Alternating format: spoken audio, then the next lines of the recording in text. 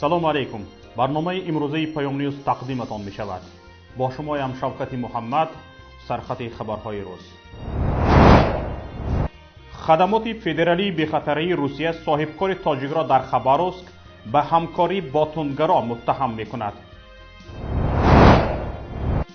лимити барқ сар шуд. дар минтақаҳои гуногуни Тоҷикистон сокинон аз қатъи барқ шикоят мекунанд. як соҳибкори тоҷик аз кишвари Хабаровски Русия мегӯяд, ӯро кормандони хадамоти федералии амнияти Русия таҳдид кардаанд ки ҷурми ҳамкорӣ бо як тундравро ба гардан гирад. ин соҳибкор ки аз худ Раҷабов Сироҷиддин Бобоевич ном мебарад, мегӯяд тури 40 сол аст ки дар Русия кору зиндагӣ мекунад ва ҳамеша аз меҳнати ҳалол нон ба даст овардааст. ба ҳама ҳамватанон барои дарёфти ҷойи кор кӯмак кардааст ва муносибати дӯстона доштааст. саҳарии 3 октябр соати 5 ба ҷои хобашон кормандони ФСБ якҷоя бо омон зада даромада ҳамаашонро даст боло кардаанд. дару тирезаҳоро шикаста ҳама ашёи хонаро тагрӯ кардаанд. кормандони ФСБ гуфтаанд, инҷо як нафар террорист зиндагӣ мекунад ва ӯро меҷӯянд. Сироҷиддин Раҷабов мегӯяд, дар ҳақиқат як муҳоҷири ӯзбекистонӣ бо номи Додоҷонов Шоҳмат бо онҳо кору зиндагӣ мекард, аммо аз тундрав будани ӯ ҳеҷ хабаре надоштанд. 3 нафар аз кормандони ФСБ Сироҷиддин Раҷабовро маҷбур карданд ки эътироф намояд ки бо Шоҳмат Додоҷонов ҳамкорӣ мекард.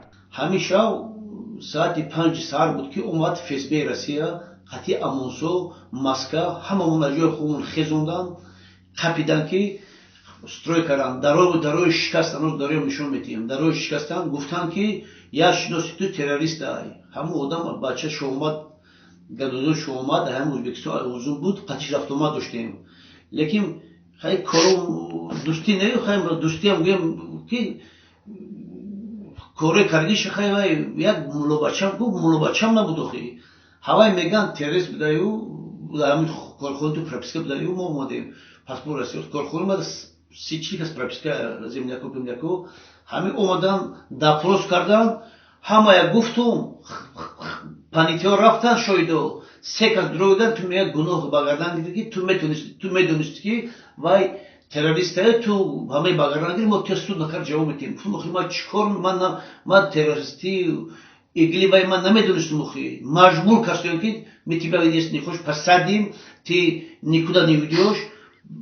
хай ҳамин хел угрожат кардан, тарсодан, ман яким ду поча баян муздан гуфтам, ман намедонам чӣ коре.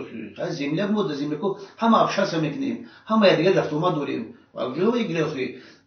кормандони ФСБ ба Раҷабов 2 рӯз муҳлат додаанд ки бо хоҳиши худ ҳамкорӣ бо тундравро ба уҳда гирад. агар ҳамкорӣ бо тундравро ба уҳда гирад, гуноҳаш сабук мешавад ва бо ҷарима озод хоҳад шуд, вагарна ҷояш зиндон хоҳад буд. ин соҳибкор бо муроҷиат ба президенти Русия Владимир Путин ва раисҷумҳури Тоҷикистон Эмомалӣ Раҳмон мегӯяд, ба ин қазия расидагӣ кунанд. мегӯяд, муносибати мақомоти интизомӣ бо ӯ бар ин як соҳибкори бонуфуз ва соҳибеътибор ки шаҳрвандии Русияро дорад ин гуна аст. акнун бояд фаҳмида шавад ки муҳоҷирони қаторӣ дар Русия чӣ ҳол доранд. ин беспредел кард дахи ФСБ Россия. ман мехоҳам ки ту ҳамин президент Тоҷикистон фаҳма ки мо гражданин Тоҷикистон чӣ аҳвол нам Россия. ман як одами як тоҷикои бобурем хабарш ҳастум. як 20 сол раисиам карда будум, раис ҷамоатиам будум, лекин ман дар ҳаётум ҳамин корро накардам. нақла ман тӯҳмат кард ки як одаме ки агар ман тӯҳмат кардам, вой ба ҳоли бечораи ғарибо. ё ман маҷбур кардам ки ту гуноҳ ба гардан гир. лекин ман гуноҳ ман намедонам чӣ кора. чӣ ман маҷбур мекунанд.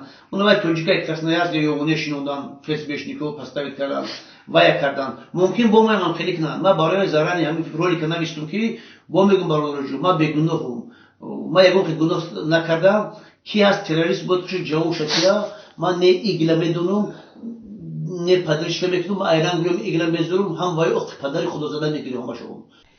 ин гуна бо туҳмат рӯбарӯ шуданҳои муҳоҷирони тоҷик дар Русия ба як амали маъмулӣ табдил шудааст. қариб ҳар ҳафта ба нишонии радиои Паём дар бораи бо туҳмат гирифтори мушкилиҳо ва пушти панҷараи зиндонҳои Русия шудани муҳоҷирони кори тоҷик номаҳо меоянд.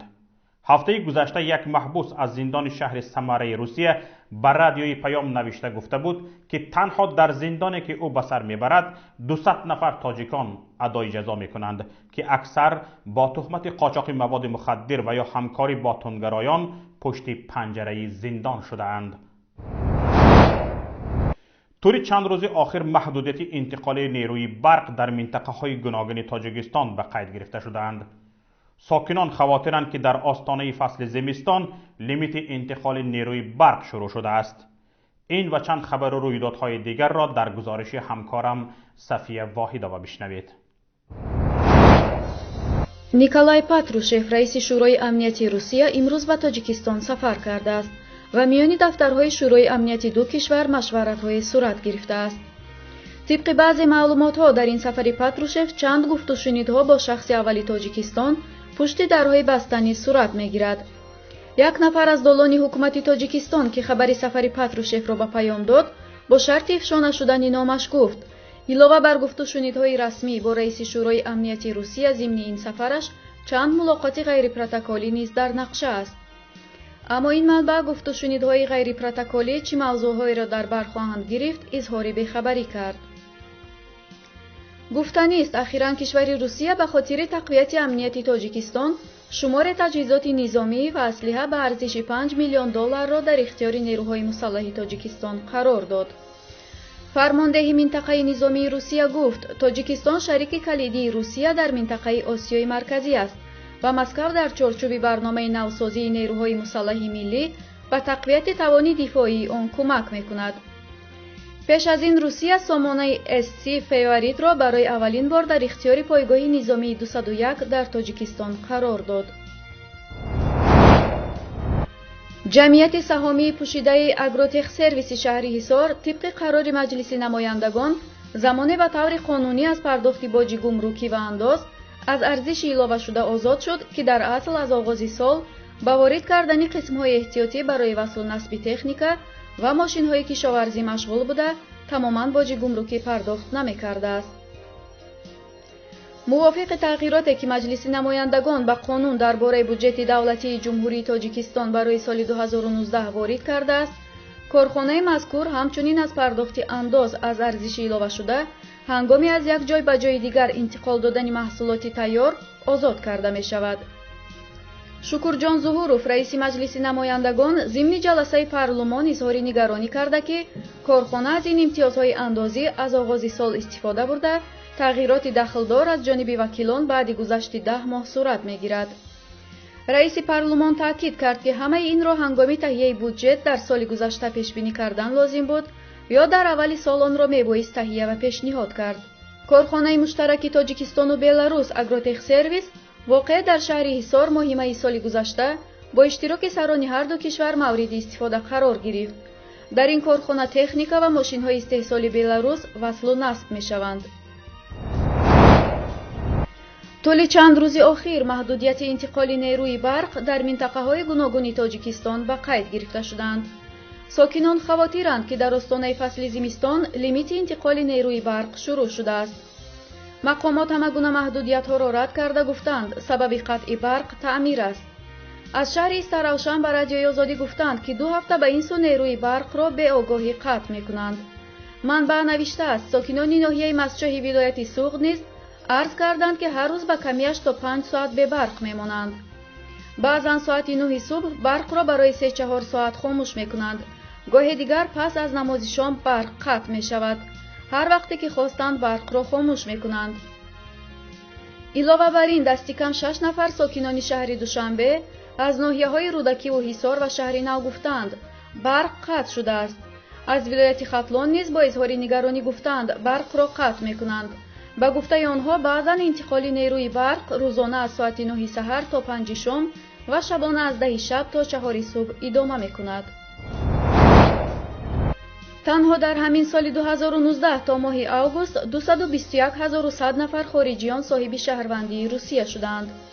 طور خبرگزاری فرگانه اطلاع می‌دهد تاتیانا ماسکالکووا امبودسمن روسیه گفته است درخواست شهروندی روسیه بیش از همه از کشورهای سابق اتحاد شوروی، اوکراین، ازبکستان، تاجیکستان، قزاقستان، آذربایجان، ارمنستان و مولداوا شده است. بنا به معلومات وزارت کارهای داخلی روسیه، طی 5 سال اخیر شماره همساله خارجیانی که به شناسنامه روسیه صاحب میشوند 2 برابر افزوده است. اگر در سال 2013 شمار خارجیان شهروندی روسیه را به دست آورده 135,000 نفر را تشکیل میداد، این شمار سال 2019 به 269,000 رسیده است.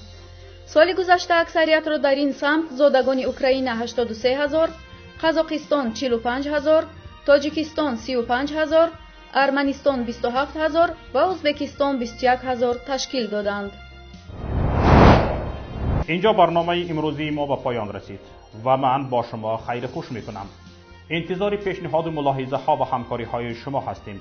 هر رویداد یا حادثه را شاهد شدید لطفاً به نوار گیرید و ثبت آن را به رقم 49 15 16 46 15 947 توسط پیامرسان های واتساپ، وایبر، ایمو یا تلگرام فرستید. الها کامیاب باشید. با امید دیدار در روز دیگر. خیر.